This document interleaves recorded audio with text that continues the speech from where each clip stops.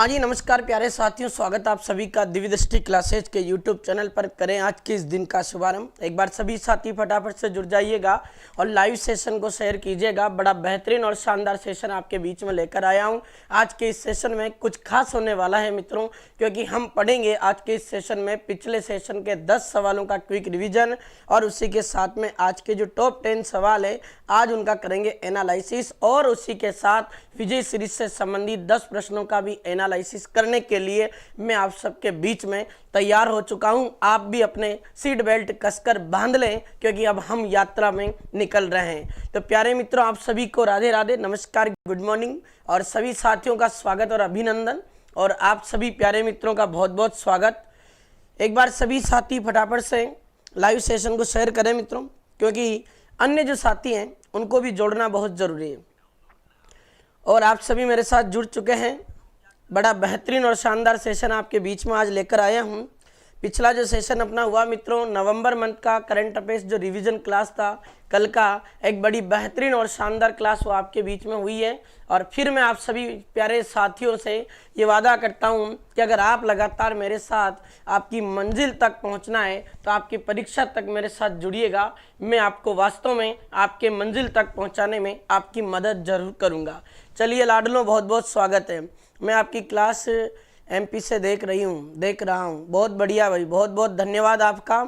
और मेरे साथ बहुत सारी साथी हैं जो जुड़ चुके हैं, और सभी साथियों को राधे राधे, नमस्कार मित्रों, आप सभी का अभिनंदन और स्वागत। आज करेंगे हम बिना किसी देरी के आज के दिन का शुभारंभ। देखिए मित्रों, राजस्थान सरकार द्वारा किस पुलिस अधिकारी को पहला स्पेशल कमिश्नर ऑपरेशंस के पद पर अपॉइंट किया गया? तो राजस्थान का पहला जो आपका स्पेशल कमिश्नर है वो आईपीएस राहुल प्रकाश बने हैं, याद रखना।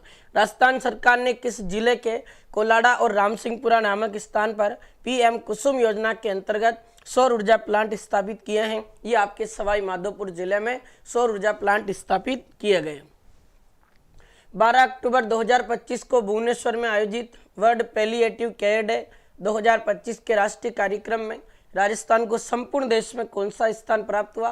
तो ये अपना 3rd नंबर आता है। 29 सितंबर से 5 अक्टूबर 2025 को 69वीं राज्य स्तरीय बालिका खो खो प्रतियोगिता 2025 का आयोजन कहाँ किया गया? ये नैनवा बूंदी में, जिसमें अंडर 17 कैटेगरी में सीकर टोपेरा और अंडर 19 कैटेगरी में जयपुर टोपेरा, और दोनों ही कैटेगरी में उप विजेता आपके राजस्थान के हनुमानगढ़ जिले को चुना गया। ये अपन ने तमाम क्वेश्चन पढ़े थे लाडलो।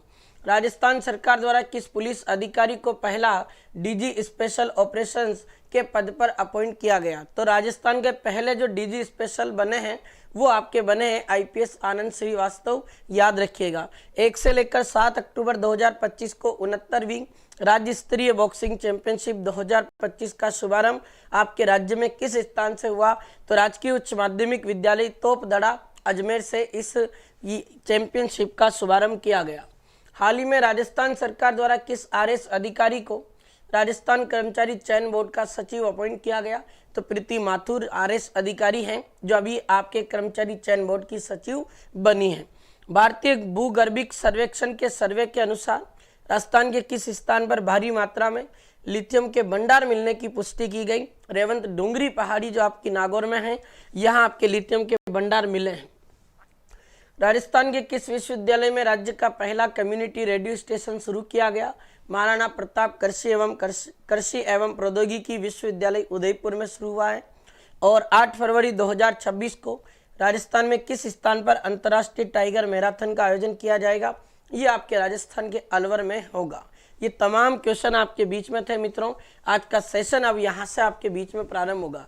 प्यारे साथियों, कल मैंने आपको एक ऑफर के बारे में जानकारी दी थी कि 30 नवंबर को शाम 6 से 7 बजे तक वो दिव्य दृष्टि क्लासेज का लाइव रिकॉर्डेज और टेस्ट सीरीज 26 रुपये में मिलेगी। लेकिन टेक्निकल इश्यू होने के कारण जो है वो ऑफर कल एक्टिवेट नहीं हो पाया, इसलिए हमने एक फैसला लिया है कि वो जो ऑफर है वो सभी विद्यार्थियों को 2 दिसंबर को दिया जाए। और 2 दिसंबर 2025 को यानी कल का दिन आपके शाम को 8 बजे से लेकर 10 बजे तक आपको एक बेहतरीन सूचना के साथ में आपको पूरी जानकारी मिलेगी। आप तो एप्लीकेशन डाउनलोड करके रखिएगा, वहाँ आपको नोटिफिकेशन मिल जाएगा और पूरा आपको जो ऑफर है उसका भी पूरा लाभ मिलेगा। चलिए मित्रों, एक साथी के बहुत ज़्यादा कमेंट है तो एक बार देख लेता हूँ क्या इसका दुख दर्द है।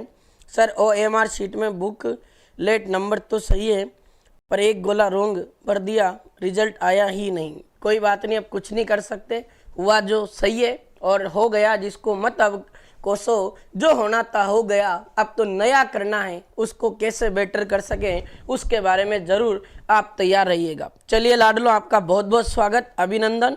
और आपके सामने आज के इस सेशन का पहला सवाल सामने है। फर्स्ट क्वेश्चन है मित्रों, और बड़ा ज़बरदस्त क्वेश्चन आपके बीच है। हरिदेव जोशी पत्रकारिता विश्वविद्यालय जयपुर के वर्तमान कुल गुरु कौन है? बड़ा शानदार और ज़बरदस्त सवाल है। कुल गुरु के सवाल हमेशा एग्जाम में पूछे जा रहे मित्रों। अभी अगर आपको पता हो प्यारे साथियों, तो अपने राजस्थान सरकार ने अपने राजस्थान में एक कुल गुरु विधेयक लाया था।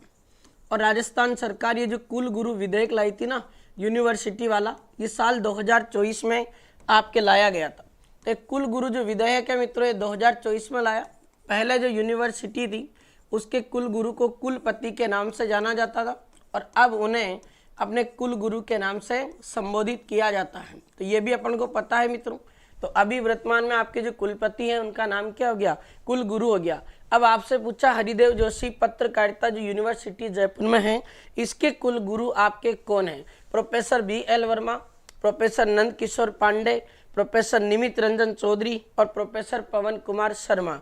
तो याद रखिएगा मित्रों, हरिदेव जोशी पत्रकारिता जो विश्वविद्यालय आपकी जयपुर की यूनिवर्सिटी है, इसके कुल गुरु राजस्थान के राज्यपाल हरिबाबू किशनराव बागड़े ने किसको नियुक्त किया है? तो प्रोफेसर नंद किशोर पांडे। अरे प्यारे साथियों, जहां हरि होता है वहां तो क्या होता है? यह हरि यानी भगवान श्री कृष्ण के पालन पोषण में यशोदा और नंद जी का नाम आता है।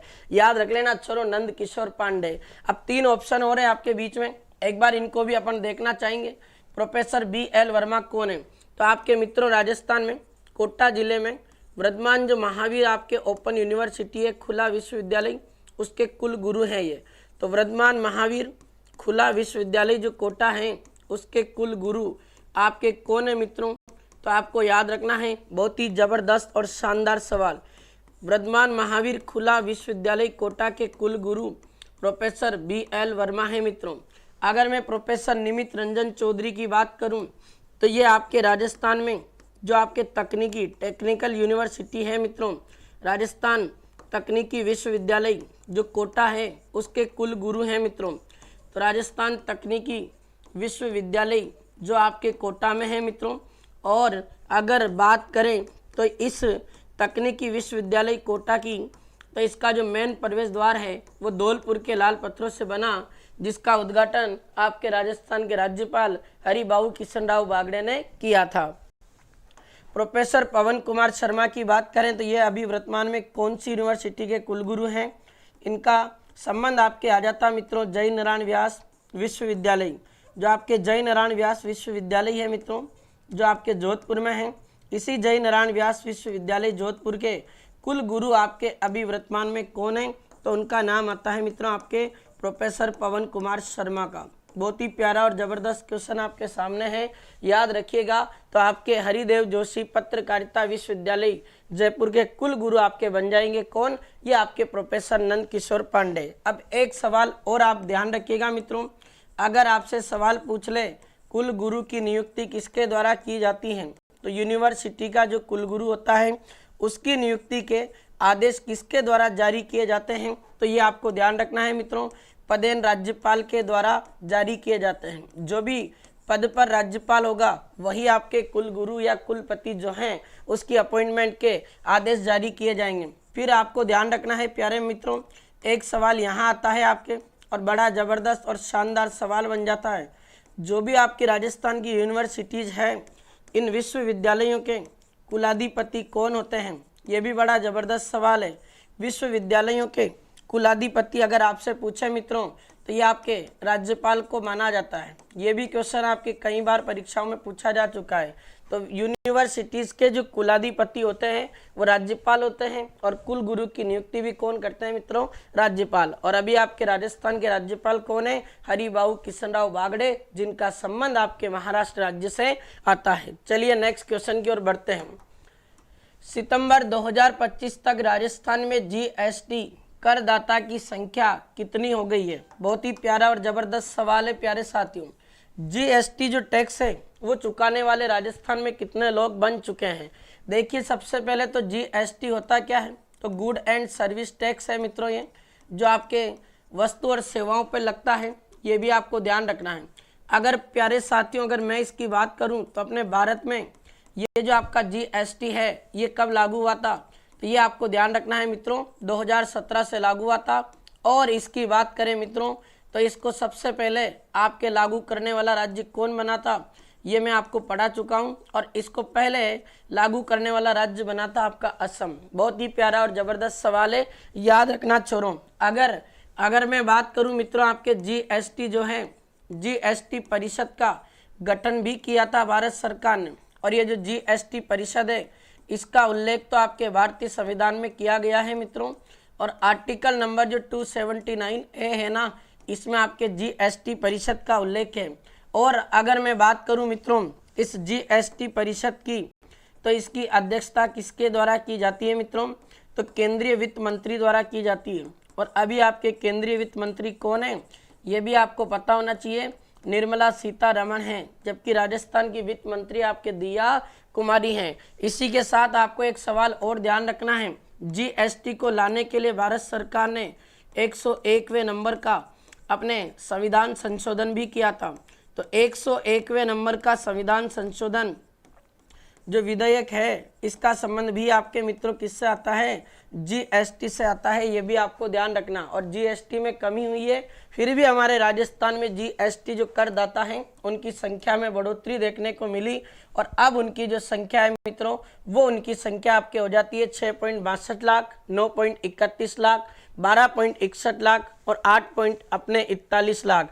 तो प्यारे मित्रों, आपको याद रखना है 9.31 जो लाख है वो आपके राजस्थान में जीएसटी जो करदाता है अब उनकी संख्या हो चुकी है। बड़ा जबरदस्त और शानदार सवाल। कुछ साथी 12.61 लाख कैसे बता रहे हैं, मुझे समझ में नहीं आ रहा भाई, आपका ऐसा आंसर क्यों आ रहा है। फिर भी मैं एक बार ना इसको क्रॉस चेक करना चाहूँगा कि हो सकता है आपसे भी भाई मिस्टेक हो जाए और कहीं गलती से आप भी इस प्रश्न को गलत कर बैठे। बिल्कुल इसका सही आंसर मित्रों मैंने जो लगाया है वही आंसर है इसका, और आपका यही उत्तर होगा 9.31 लाख। इसका एकदम एग्जैक्ट आपके आंकड़ा कंप्लीट सही है, याद रखना छोरों। और अगले प्रश्न की ओर बढ़ते हैं। निम्न में से किसे आपके मिस्टर राजस्थान 2025 का खिताब जीता है? चलिए भाई बताइएगा। बड़ा जबरदस्त और शानदार सवाल। एक ऐसे व्यक्ति का चयन करना है जिन्हें मिस्टर राजस्थान 2025 के खिताब से सम्मानित किया गया। रघुवीर बिश्नोई जोधपुर, घनश्याम तिवाड़ी जयपुर, डॉक्टर मनीष बियानी अजमेर और डॉक्टर मनीषा अरोड़ा जयपुर। याद रखना मित्रों, अगर मैं बात करूं जोधपुर के इस युवा बंदे की तो उसका नाम आता है मित्रों आपके रघुवीर बिश्नोई, जिनका चयन आपके मिस्टर राजस्थान 2025 के लिए किया गया। और इन्होंने मिस्टर राजस्थान 2025 का खिताब अपने नाम किया, रघुवीर बिश्नोई। अगर मित्रों घनश्याम तिवाड़ी की बात करें तो इनका संबंध आपके जयपुर से है। और अभी वर्तमान में अगर मैं इनकी बात करूं छोरों तो याद रख लेना, ये अभी वर्तमान में राज्यसभा से सांसद है, याद रखना भाई। और इनका संबंध कौन सी पार्टी से आता है? तो भारतीय जनता पार्टी से है और राज्यसभा के सांसद है आपके घनश्याम तिवाड़ी। अगर डॉक्टर मनीषा अरोड़ा की बात करूं, जयपुर से संबंधित है और इन्हें अपने राजस्थान सरकार ने जो मित्रों राजस्थान प्रवासी संघ है उसकी चेयरमैन बनाया है, ये भी मैं आपको पढ़ा चुका हूँ। तो राजस्थान प्रवासी जो संघ है मित्रों उसकी चेयरमैन आपके कौन बनी है? उसकी चेयरमैन आपके डॉक्टर मनीषा अरोड़ा को बनाया गया। ये क्वेश्चन भी आपको ध्यान रखना है और बड़ा जबरदस्त और शानदार सवाल आपका ये पूरा होता है। चलिए नेक्स्ट क्वेश्चन पे बढ़ते हैं। हाल ही में राज्यसभा सांसद घनश्याम तिवाड़ी ने किसकी पुस्तक राजस्थान का सामाजिक और सांस्कृतिक इतिहास का विमोचन किया है? शानदार और जबरदस्त सवाल। प्यारे मित्रों जबरदस्त सवाल है कि राजस्थान की अपने राजस्थान का सोशल यानी समाज कैसा है, राजस्थान की कल्चर कैसी है, राजस्थान की हिस्ट्री कैसी है। तो राजस्थान का सामाजिक सांस्कृतिक इतिहास जो पुस्तक है, इस पुस्तक के लेखक कौन है? क्या डॉक्टर वेद प्रकाश शर्मा की किताब है? क्या डॉक्टर सतीश पुनिया की पुस्तक है? क्या डॉक्टर के खंडेलवाल की है? क्या डॉक्टर इकबाल सक्का की हैं? बड़ा जबरदस्त और शानदार सवाल। तो याद रखना मित्रों, राजस्थान का सामाजिक आपके सांस्कृतिक इतिहास जो है आपके, ये एक व्यक्ति विशेष द्वारा लिखा गया और उनका नाम आता है मित्रों डॉक्टर वेद प्रकाश शर्मा। इनकी पुस्तक है जिसका हाल ही में विमोचन राज्यसभा के सांसद, ये फोटो आप देख सकते हैं मित्रों, और उनका नाम आ जाता है घनश्याम तिवारी। उनके द्वारा इस पुस्तक का विमोचन किया गया। अगर मैं डॉक्टर सतीश पूनिया की बात करूं प्यारे साथियों, तो मैं आपको बता दूं ये आपके भारतीय जनता पार्टी से संबंधित है। और आपको ध्यान रखना है मित्रों, आमेर से चुनाव लड़ते हैं, ये भी आपको ध्यान रखना है। और पहले भारतीय जनता पार्टी के राजस्थान में प्रदेश अध्यक्ष भी रहे, ये भी आपको पता होना चाहिए। और अगर बात करें इकबाल सक्का की, तो ये स्वर्ण शिल्पी एक शिल्पकार हैं।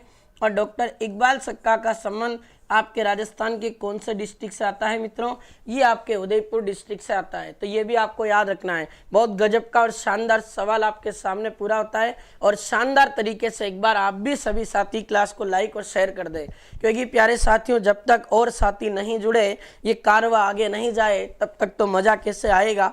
एक बार सभी साथी पुनः क्लास को लाइक और शेयर जरूर करें। 1 मिनट का समय निकालकर आप इतना काम तो कर ही सकते हैं। चलिए मित्रों अगले सवाल की ओर बढ़ते हैं। और याद रखिएगा राजस्थान का सामाजिक सांस्कृतिक इतिहास पुस्तक किसकी है, डॉक्टर वेद प्रकाश शर्मा की। नेक्स्ट क्वेश्चन, चलिए भाई जबरदस्त सवाल है।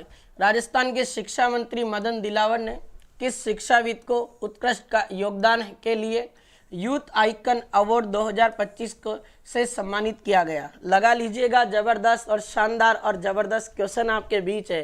राजस्थान के प्राथमिक और माध्यमिक शिक्षा विभाग के मंत्री मदन दिलावर हैं, जिन्होंने राजस्थान के एक शिक्षाविद को उत्कृष्ट योगदान देने के लिए यूथ आइकन अवार्ड 2025 से सम्मानित किया। तो प्यारे मित्रों याद रखिएगा डॉक्टर मुकेश पंचोली सर हैं, जिन्हें यूथ आइकन अवार्ड 2025 से आपके सम्मानित किया गया।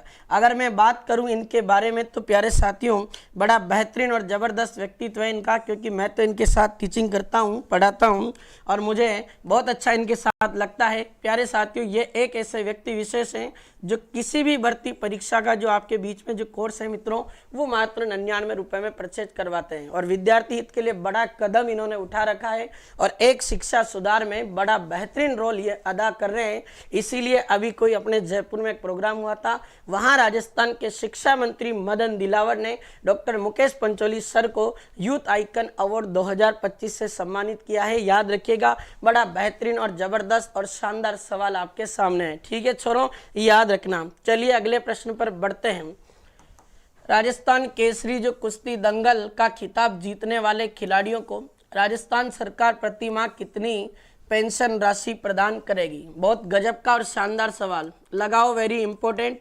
और फिर कह रहा हूं प्यारे साथियों, परीक्षा में छपने वाले सवालों में से एक सवाल फिर आपके सामने पहुंच चुका है कि राजस्थान सरकार ने कहा कि जो भी अपने राजस्थान के रणबांकुरे हैं और जो अपने लिए कुश्ती करेंगे और कुश्ती के दंगल में जाएंगे, उन रणबांकुरों के लिए अपने पेंशन देगी राजस्थान सरकार। और ये पेंशन कितनी देगी? तो याद रखना, राजस्थान केसरी कुश्ती दंगल का खिताब जीतने वाले खिलाड़ी को या फिर उस पहलवान को राजस्थान सरकार प्रति माह कितनी पेंशन देगी? तो वो पैसे आ जाते हैं मित्रों 10,000 रुपये।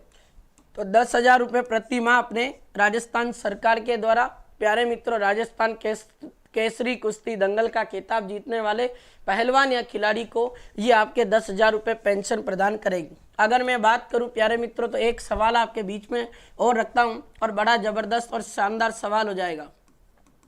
अगर आपसे पूछा जाए मित्रों कि राजस्थान में जो कुश्ती संघ है उसके अध्यक्ष कौन है, तो ये भी आपको बताना है, कमेंट करके बताइएगा राजस्थान कुश्ती संघ के वर्तमान अध्यक्ष कौन है। तो मैं आपको कई बार पढ़ा चुका हूँ, 18वीं लोकसभा के स्पीकर ओम बिरला के OSD रहे, ऑन सेल्फ ड्यूटी रहे, जिनका नाम आता है मित्रों राजीव दत्ता।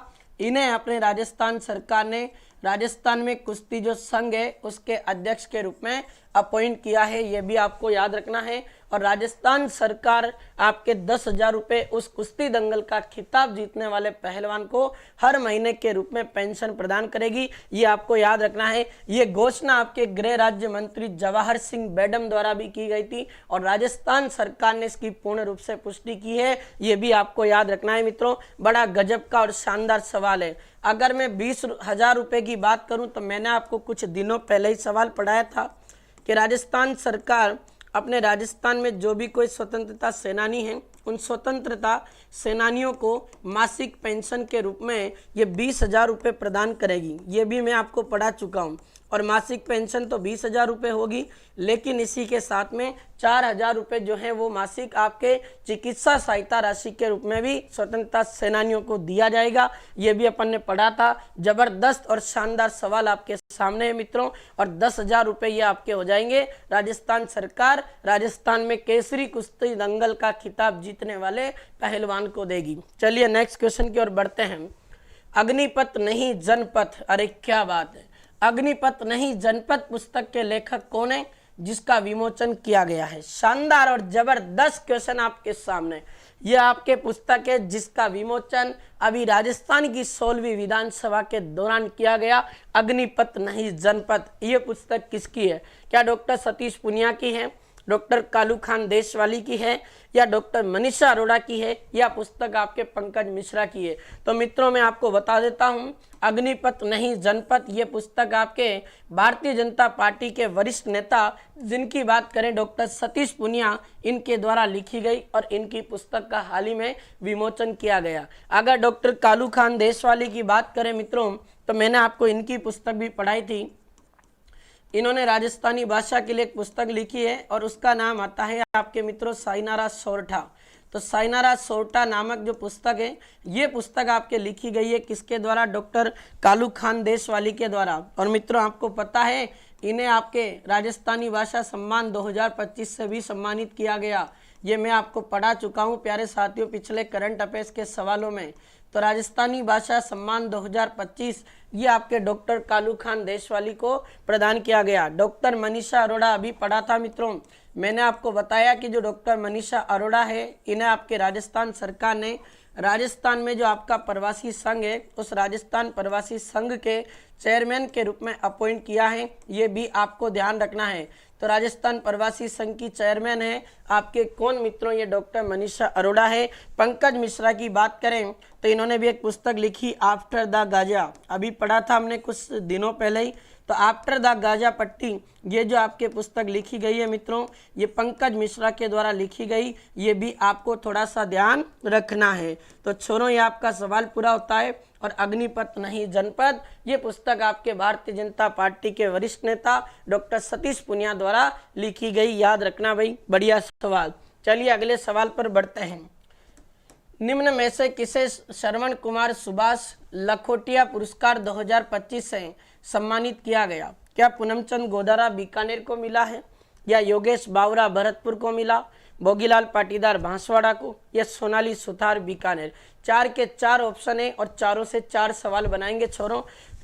अपने राजस्थान में श्रवण कुमार सुभाष लखोटिया पुरस्कार 2025 से किसको सम्मानित किया गया? याद रखिएगा श्रवण कुमार सुभाष लखोटिया पुरस्कार आपके मित्रों योगेश बावरा को मिला है जिनका संबंध आपके राजस्थान के भरतपुर डिस्ट्रिक्ट से आता है। याद रखना श्रवण कुमार सुभाष लखोटिया पुरस्कार से सम्मानित योगेश बावरा भरतपुर है। जबकि मित्रों आपको पता होना चाहिए पूनमचंद जो गोदारा हैं इनकी एक साहित्यिक रचना है और इनकी साहित्यिक रचना का नाम भी मैं आपको पढ़ा चुका हूं।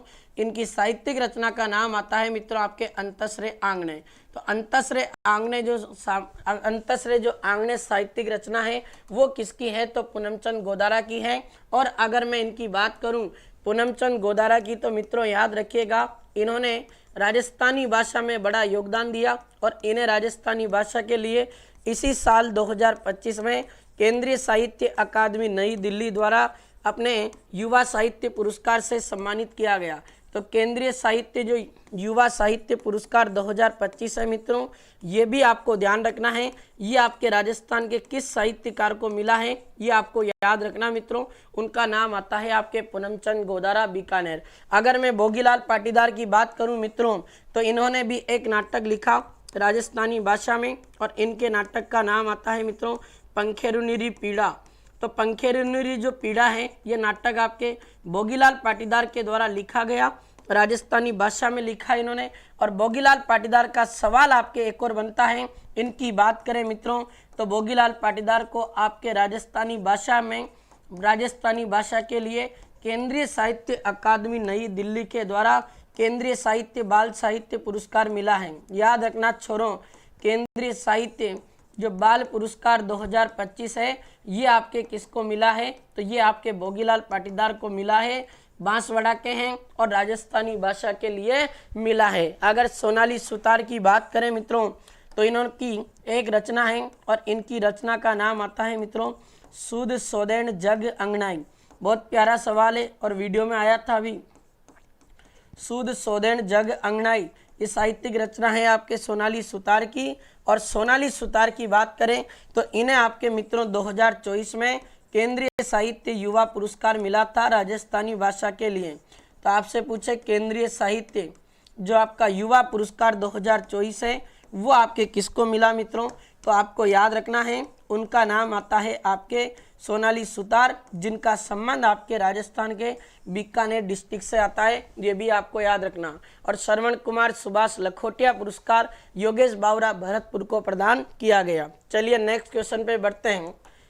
निम्न में से कौन कौन से दो देशों के मध्य अजय वॉरियर नामक एक संयुक्त सैन्य अभ्यास जिसका आयोजन आपके बीकानेर के महाजन फील्ड फायरिंग रेंज में किया जा रहा है। बहुत ही प्यारा और जबरदस्त शानदार सवाल। देखिए प्यारे साथियों, बीकानेर में ये आपकी महाजन फील्ड फायरिंग रेंज है, याद रखिएगा। और अभी इसके बड़े करंट में शानदार सवाल चल रहे हैं, मैंने आपको पढ़ा दिए मित्रों। अगर इस महाजन फील्ड फायरिंग रेंज की बात करूं मैं तो मैंने आपको कुछ दिनों पहले ही ऐसा करंट का सवाल पढ़ाया था। इसी स्थान पर आपके शक्ति नाम का एक सैन्य अभ्यास है जिसका आयोजन किया गया। और मित्रों आपको पता है शक्ति सैन्य अभ्यास का आयोजन कौन कौन से देश के बीच में होता है, ये भारत और फ्रांस दो देशों के बीच में आयोजित किया जाता है। अगर बात करें प्यारे साथियों इस बीकानेर के महाजन फील्ड फायरिंग रेंज की, तो यहाँ आपको ध्यान रखना है इंद्र नाम का एक संयुक्त सैन्य अभ्यास है, इसका भी आयोजन किया गया। तो इंद्र संयुक्त सैन्य अभ्यास ये आपका आयोजित किया गया है मित्रों कहाँ पर, ये बीकानेर के आपके महाजन फील्ड फायरिंग रेंज में। और मैं आपको बता दूं ये इंद्र नाम का जो संयुक्त सैन्य अभ्यास है ये आपके दो देशों के बीच होता है मित्रों, एक भारत और एक आपका आ जाता है मित्रों रूस। बहुत गजब का और शानदार सवाल। अब तीसरे सवाल पर बढ़ते हैं। अजय वॉरियर नामक सैन्य संयुक्त युद्ध अभ्यास का आयोजन राजस्थान के बीकानेर के महाजन फील्ड फायरिंग रेंज में हुआ, इसका संबंध कौन से दो देशों से है, तो भारत और यूनाइटेड किंगडम यानी यूके, इन दोनों देशों से संबंधित है आपका अजय वॉरियर नामक एक सैन्य अभ्यास। याद रखना भाई, बड़ा जबरदस्त और शानदार सवाल। और भारत और फ्रांस के बीच में तो क्या है मित्रों, शक्ति का लेना देना है। और रूस तो अपने लिए भगवान है भाई, इंद्र नाम का सैन्य अभ्यास। और भारत और जापान के बीच में जिम्बेक्स नाम का जो है मित्रों आपके ये आपके एक युद्ध अभ्यास है जिसका आयोजन होता है। और आपके भारत और यूके के बीच में एक सैन्य अभ्यास किया जा रहा है, ये अजय वॉरियर है। और आपको मैं बता दूं छोरों, अजय वॉरियर जो सैन्य अभ्यास है ये आपके कितने दिन का रहने वाला है, 14 दिनों तक चलने वाला है। और कल पाकिस्तानी आतंकवादी गतिविधियां हमें देखने को मिल रही थी। हमारी भारतीय सेना ने ड्रोन का प्रयोग करते हुए, हथियारों का प्रयोग करते हुए 3 आतंकवादियों को मार गिराया है। अभी जस्ट ये मैं सुबह की न्यूज पढ़ के आया हूं। और ये 14 दिन तक आपका चलेगा अजय वॉरियर सैन्य अभ्यास बीकानेर की महाजन फील्ड फायरिंग रेंज में। याद रखना, जबरदस्त और शानदार सवाल आपका पूरा होता है। चलिए अगला सवाल पढ़ते हैं करंट अफेयर्स का। 5 से लेकर 12 अक्टूबर 2025 को कैरेबियन जो देश है बारबाडोस, इसमें आयोजित 68वें राष्ट्रमंडल संसदीय सम्मेलन में राजस्थान का प्रतिनिधित्व किसके द्वारा किया गया। ऐसे सवाल जो है प्यारे मित्रों ये बार बार आपके परीक्षा में देखने को मिलते हैं और वेरी इंपॉर्टेंट और ज़बरदस्त शानदार सवाल है, फिर परीक्षा में आपके आ सकता है। प्यारे मित्रों 5 से लेकर 12 अक्टूबर 2025 को कैरेबियन देश बारबाडोस में 68वें नंबर का जो राष्ट्रमंडल जो आपका संसदीय सम्मेलन हुआ उसमें राजस्थान का प्रतिनिधित्व आपके किसके द्वारा किया गया। बहुत बढ़िया, सबका राइट आंसर आ गया है। और ध्यान रखिएगा मित्रों इस 68वें नंबर के राष्ट्रमंडल संसदीय सम्मेलन में राजस्थान का प्रतिनिधित्व राजस्थान के 16वीं विधानसभा के स्पीकर जिनका नाम आता है मित्रों आपके वासुदेव देवनानी, इनके द्वारा किया गया। तो याद रखिएगा वासुदेव देवनानी आपके 16वीं विधानसभा के स्पीकर हैं, उनके द्वारा आपके इस 68वें नंबर के राष्ट्रमंडल संसदीय सम्मेलन में भाग लिया गया। और याद रखिएगा मित्रों अगर टीकाराम जूली की बात करें तो अभी वर्तमान में ये राजस्थान की 16वीं विधानसभा में नेता प्रतिपक्ष है, ये भी आपको ध्यान रखना है। बड़ा गजब का और शानदार सवाल आपका बनता है। इसी के साथ में डॉक्टर प्रेमचंद बैरवा की बात करें मित्रों, तो दिया कुमारी के साथ इनको भी राजस्थान सरकार में डिप्टी सीएम बनाया गया। इनके पास में राजस्थान का परिवहन विभाग है, उच्च शिक्षा विभाग है, आयुर्वेद और आयुष विभाग के मंत्री भी कौन है? डॉक्टर प्रेमचंद बैरवा। जबकि ओम बिरला की बात करें मित्रों, तो ये भी आपको ध्यान रखना है। ओम बिरला आपके राजस्थान में कोटा बूंदी जो लोकसभा क्षेत्र है, इस कोटा बूंदी से प्यारे मित्रों यह याद रखिएगा सांसद हैं और इन्हें दूसरी बार 18वीं लोकसभा के स्पीकर बने हैं। ये 18वीं लोकसभा के स्पीकर हैं। पिछली बार 17वीं लोकसभा में भी स्पीकर ओम बिरला थे और 18वें नंबर की लोकसभा के स्पीकर भी कौन बने? ओम बिरला। याद रखिएगा। नेक्स्ट क्वेश्चन यानी विजय सीरीज के सवालों की चर्चा करेंगे। अब आपका नंबर आता है, आप जवाब दीजिएगा। राजस्थान में किस गुर्जर प्रत्यार शासक की जानकारी हमें ग्वालियर प्रशस्ति से प्राप्त होती है? बताओ भाई। अब आपका नंबर शुरू होता है और आपका प्रदर्शन करने का मौका है। आप भी अपने प्रदर्शन को बताइएगा कि आपका आंसर रहने वाला है। चलिए भाई बताइएगा फटाफट से, और एक बार सभी साथी लाइव सेशन को लाइक और शेयर जरूर कर दें। अगर आपको सेशन अच्छा लगता है तो जरूर लाइक शेयर करें, और कोई साथी पहली बार जुड़ता है तो चैनल भी सब्सक्राइब करें, क्योंकि एक बेहतरीन और शानदार और ज़बरदस्त सेशन आपके बीच होता है। चलिए मित्रों, क्या होगा इसका आंसर? तो ग्वालियर जो प्रशस्ति है मित्रों, जो हमें एमपी से प्राप्त हुई, इसके अनुसार गुर्जर प्रत्यार शासक किसकी जानकारी प्राप्त होती है मित्रों? तो उसका नाम आपके आ जाता है मिहिर भोज। ये आपको ध्यान रखना है, मिहिर भोज। और आपको मैं बता दूं प्यारे साथियों, गुर्जर प्रत्यार जो राजवंश है उसका पहला पितृहंता भी माना जाता है। गुर्जर प्रतिहार वंश का पहला पितृहंता अगर आपसे पूछे तो वो आपके मिहिर भोज को माना जाता है। बहुत ही शानदार और ज़बरदस्त सवाल आपका ये पूरा होता है। इसी के साथ में मित्रों आपको एक सवाल और बताना चाहता हूँ। ये आपका जो एक सवाल और बनता है, अगर आपसे सवाल पूछा जाए कि जो गुर्जर प्रतिहार जो राजवंश है इसके संस्थापक किसको माना जाता है, ये भी कई बार परीक्षा में सवाल पूछा जाता है।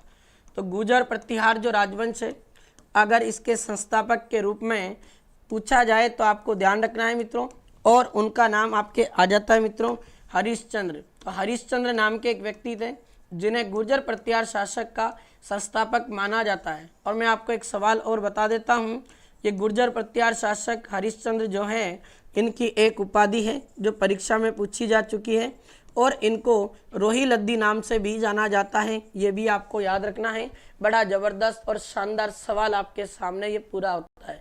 चलिए अगला सवाल पढ़ते हैं। राजस्थान में किस शासक के शासनकाल को जयपुर चित्रशैली का स्वर्णकाल माना जाता है? स्वर्णकाल मतलब प्यारे साथियों, जयपुर चित्रशैली में सर्वाधिक चित्र आपके किस शासक के समय बने? ये सवाल आपको पूछा जा रहा। बहुत ही प्यारा और ज़बरदस्त सवाल है।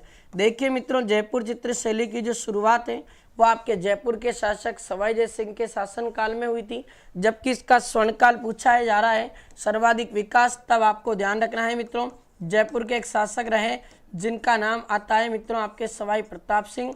इनका शासनकाल जयपुर चित्रशैली का आपके स्वर्णकाल माना जाता है। ये आपको ध्यान रखना है। और मुझे आप कमेंट बॉक्स में कमेंट करके बताओ कि अगर आपसे सवाल पूछा जाए राजस्थान की कौन सी चित्रशैली में आदमकद पोर्ट्रेट चित्रण किया गया है, मनुष्य की ऊंचाई के बराबर चित्र बने हैं, ये आपको मुझे कमेंट करके बताना इस क्वेश्चन का आंसर। और एक सवाल और दे रहा हूँ, राजस्थान की कौन सी चित्रशैली में पशु पक्षियों की लड़ाई के चित्र बने हैं, ये भी मुझे आप कमेंट करके बताओ मित्रों। बड़ा ज़बरदस्त और शानदार सवाल आपके सामने हैं। ये तीनों दो ही ज़बरदस्त सवाल हैं और आपका कंप्लीट मुझे जवाब चाहिए। बहुत बढ़िया, आदमकद पोर्ट्रेट चित्र का आंसर आ गया है और वेरी गुड भाई, क्या बात है। ध्यान रखना मित्रों, आदमकद पोर्ट्रेट चित्रण आपके जयपुर चित्रशैली में किया गया।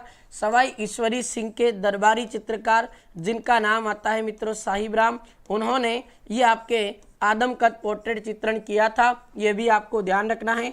बड़ा ज़बरदस्त और शानदार सवाल आपका जो है वो आपने बताया। और मैंने आपको नेक्स्ट सवाल पूछा है, राजस्थान की कौन सी चित्रशैली में आपके पशु पक्षियों की लड़ाई के चित्र बने? कुछ लोग वीर गति को प्राप्त हो चुके हैं, जैसे ही पशु पक्षी देखे हैं बूंदी याद आ गई।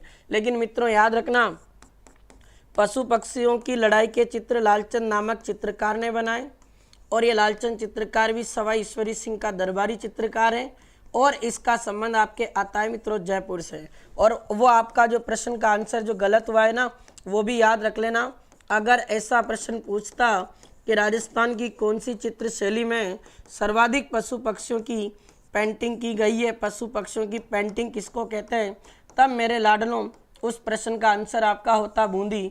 पर कई साथी जो है वो प्रश्न को अच्छे से नहीं पढ़ पाए और गलत जवाब दे रहे हैं। ठीक है मित्रों, आप सीख लेना, गलत मत करना छोरों। तगड़ा और जबरदस्त और शानदार सवाल। पिछली बार मित्रों आपके 3rd ग्रेड में इसका एक सवाल आया था जो मैं आपको बता देता हूँ जयपुर चित्र शैली का। इस जयपुर चित्र शैली में पुरुषों को दाढ़ी मूछ विहीन बताया गया, मतलब चिकना, दाढ़ी भी नहीं है और मूछ भी नहीं है, यह भी जयपुर चित्र शैली में है, याद रखना। तो पुरुषों को दाढ़ी मूछ विहीन बताया गया, यह आपकी जयपुर चित्र शैली हो जाती है मित्रों, याद रखना। जबरदस्त सवाल। चलिए अगले सवाल पर बढ़ते हैं। राजस्थान में मदरसा-ए-हुनरी विभाग कब स्थापित किया गया? बड़ा जबरदस्त और शानदार सवाल जो एक नहीं कई बार परीक्षाओं में पूछा जा चुका है। मदरसा-ए-हुनरी जो विभाग है ये आपके राजस्थान में कब स्थापित किया था? बहुत गजब का और शानदार सवाल आपके सामने। देखिए मित्रों, इसकी अगर मैं बात करूं तो इसका एक नाम और आता है और इसे आपके राजस्थान में महाराजा स्कूल ऑफ आर्ट्स के नाम से जाना जाता है। बहुत प्यारा और ज़बरदस्त सवाल है। और फिर कह रहा हूं मित्रों, महाराजा स्कूल ऑफ आर्ट्स जिसकी बात करें मदरसा-ए-हुनरी विभाग की तो 1857 में इसकी स्थापना हुई और इसके संस्थापक के रूप में जयपुर के एक शासक का नाम आता है और उनका नाम आता है मित्रों आपके जयपुर के शासक सवाई राम सिंह सेकंड का। फिर मित्रों मैं आपको एक सवाल और बड़ा ज़बरदस्त और शानदार बताने जा रहा हूं कि ये महाराजा स्कूल ऑफ आर्ट्स जो मदरसा-ए-हुनरी विभाग है 1889 में इसका नाम परिवर्तित किया गया और इसका जब नाम परिवर्तित हुआ था लाडलों, तब उस समय जयपुर के शासक कौन थे? उस समय जयपुर के शासक बने थे कौन? सवाई माधो सिंह सेकंड। तो माधो सिंह सेकंड के समय इसका नाम परिवर्तित किया गया मित्रों। और माधो सिंह सेकंड जिसको आपके बब्बर शेर के नाम से जाना जाता है राजस्थान के इतिहास में, ये भी आपको ध्यान रखना है। और इनके समय इस स्कूल का नाम बदलकर आपके रखा गया था और इसका नाम कर दिया था Rajasthan school arts and craft. बहुत ही प्यारा और ज़बरदस्त सवाल आपका जो था ये पूरा होता है। Rajasthan school arts and crafts, ये आपका Rajasthan school arts and craft जो आपके मदरसा-ए-हुनरी विभाग से संचालित था, ये भी आपको ध्यान रखना है। एक प्यारे साथियों, एक सवाल ये आपका जो परीक्षा में पूछा जाता है, जयपुर के शासक सवाई जयसिंह ने अपने लोक कला चित्रकला को बढ़ावा देने के लिए 1743 में आपका एक डिपार्टमेंट स्थापित किया था, उसका नाम आता है आपके सूरत खाना विभाग। और सूरत खाना विभाग एक ऐसा विभाग है जहां आपके लघु चित्र बनाए जाते थे, ये भी आपको ध्यान रखना। जबरदस्त और शानदार सवाल आपका पूरा होता है। राजस्थान में सबसे बड़ा संग्रहालय आपके कहाँ स्थित है? देखो, राजस्थान का पहला अगर संग्रहालय पूछता तो अपन अल्बर्ट हॉल जवाब देते, और राजस्थान का सबसे बड़ा संग्रहालय पूछ रहा है तब आपके इस प्रश्न का आंसर क्या होगा? तो उसका नाम आपके आ जाता मित्रों राजपुताना संग्रहालय। याद रखना भाई, बड़ा गजब का और शानदार सवाल है। और ये राजपुताना जो संग्रहालय है ये आपका अजमेर में आता है। शानदार क्वेश्चन। और याद रखिएगा, राजपुताना संग्रहालय जिसको अकबर का किला मैगजीन दुर्ग में बनाया गया, 1908 में ये राजपुताना संग्रहालय बना था। लॉर्ड विलियम बेंटिक के आदेश के मुताबिक इसको संग्रहालय का दर्जा दिया गया था, ये भी आपको ध्यान रखना है। बड़ा ज़बरदस्त और शानदार सवाल आपका ये है जो आपकी परीक्षा में आपसे पूछा जा सकता है। बेहतरीन और शानदार सवाल। और मैं आपको एक क्वेश्चन और बता दूं छोरों, अगर तुम्हारा मन कर रहा हो तो राजपुताना जो संग्रहालय है ये आपका अजमेर में, इसके पहले क्यूरेटर किसको बनाया गया था, देख रेख करता कौन बने थे? तो आपके राजस्थान के आधुनिक जनक जो माने जाते हैं गौरी शंकर हीराचंद ओझा, इन्हें आपके राजस्थान संग्रहालय का पहला क्यूरेटर बनाया गया था, ये भी आपको याद रखना। बड़ा ज़बरदस्त और शानदार सवाल आपका है जो पूरा हुआ। चलिए अगला सवाल देखते हैं। राजस्थान में रामगढ़ जो क्रेटर झील है ये कहाँ स्थित है? बहुत ही शानदार और ज़बरदस्त सवाल। रामगढ़ जो क्रेटर झील है मित्रों, अगर मैं इसकी बात करूं तो ये एक ज्वालामुखी से प्रक्रिया के माध्यम से इसका निर्माण हुआ था और रामगढ़ क्रेटर झील का आपके संबंध आ जाता है मित्रों आपके 12 जिले से, ये भी आपको ध्यान रखना है। इसी के साथ मैं आपको कुछ जिलों के नाम और बता देता हूँ। बताओ देखिए कमेंट करके मित्रों, राजस्थान में आपके गुंदुलाव नाम की जो झील है ये कहाँ स्थित है। फिर मुझे आप एक कमेंट करके बताओगे राजस्थान में कावोद नाम की जो झील है और एक आपके भुज झील है, इन दोनों का संबंध आपके कहाँ से आता है, ये भी मुझे आप कमेंट करके बताओगे। और एक आपके राजस्थान में काछोर नाम की झील है, ये भी मुझे आप कमेंट करके बताओगे कहाँ स्थित है। बताओ देखिए मित्रों 3 सवाल मैं आपके सामने लिख चुका हूँ, गुंदोलाव झील और काछोर और एक कावोद और भुज झील। गुंदोलाव झील पूछे छोरों तो याद रखना भाई किशनगढ़ में है और किशनगढ़ आपका पड़ता है अजमेर में, याद रखना भाई, ये बढ़िया ज़बरदस्त शानदार सवाल। कावोद झील भुज झील की बात करें तो याद रखना एक खारे पानी की एक मीठे पानी की है, ये जैसलमेर में है।